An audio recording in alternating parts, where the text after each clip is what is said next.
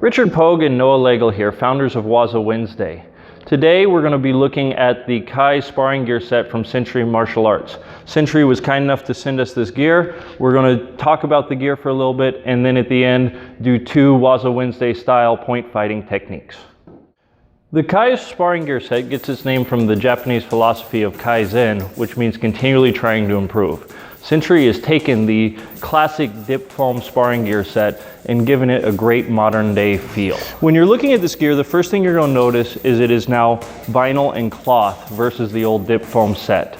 The cloth on the inside keeps you much cooler when you're moving around sparring and sweating, and it's sewn together more like you would see with boxing gear or MMA gear.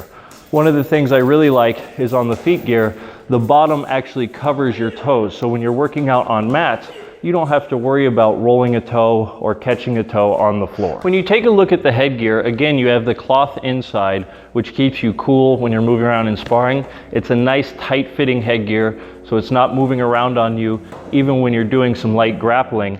And they even have the wrestling style earpiece, which does help protect your ears when you're in those grappling and clinch situations.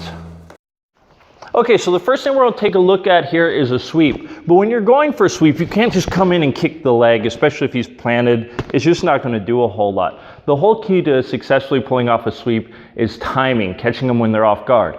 Sometimes when you're fighting, you can just see the person so tense and leaning forward, you know they're coming in with the hands. Especially if they're leaning forward, they're probably not throwing a kick. So I see him in this posture, I'm going to very subtly move my foot to the outside of his leg. It's just a small movement, and again, it's going to be very subtle. This way, when he shoots in, my leg's on the outside. Now, timing is everything. I don't want him to shoot in and then kick the leg. It's too late.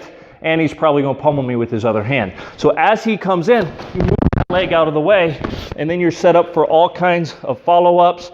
In street self-defense, you can joint lock. In point fighting, you can score your point here at the ribs.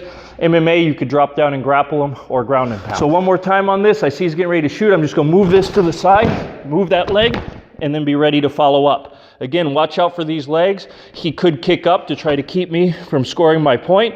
Or in MMA, he might be turning in, going for guard or joint locks or any number of techniques from there. Now we're going to take a look at using the sweep to set up a head kick. A lot of times we go for these head kicks here, but they're relatively easy to block and cover. But if his foot is just moved over a little ways, now he has to literally reach behind him to try to block that kick, which makes it much more difficult, nearly impossible to actually block the kick. So this is where you can use your sweep just to move the leg and then follow up. Again, with this technique, you're going to hit the foot this way. Don't go sideways here. Come behind it and scoop it forward. That way he's going to turn for sure, and then you can follow up with the round kick to the head.